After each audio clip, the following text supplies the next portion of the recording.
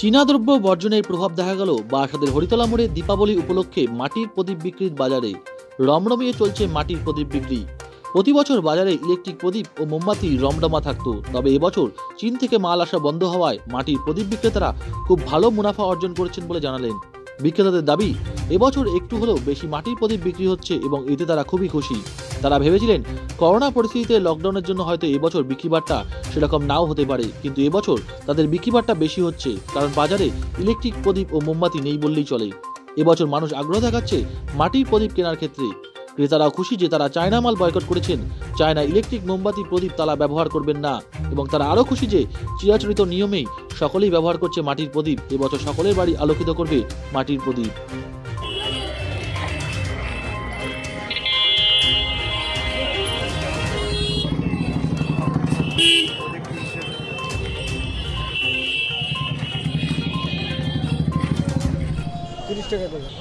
কেমন বিক্রি হচ্ছে এবারে?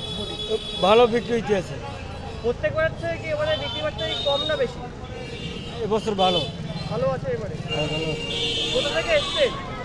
দত্তপুকুর। মালের দাম বেড়েছে না কি আছে? মালের দাম একটু মানে আগে যা ছিল সেই রকমই আছে, কিন্তু সেরকম তো মালটা বেরো নাই, কিন্তু আগের থেকে তুলনামূলক সেলটা হচ্ছে ভালো।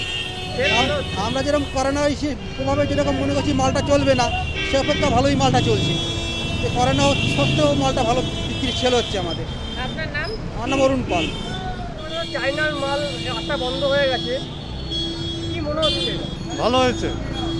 আমাদের দেশের মাল এরপরে সামনের বছর একটু দাম বেশি হচ্ছে, সামনের বছর প্রোডাকশন আরও মানে কম দামে পাবো আমরা। মানে দেশীয় প্রযুক্তিটা ভালো, চায়না প্রযুক্তি আমাদের দরকার নেই। এই মাটির প্রদীপ তারপর মোমবাতি এগুলো পুরোটা হারিয়ে গেছিল, এগুলো আবার ফিরে আসছে, কেমন লাগছে? খুব ভালো।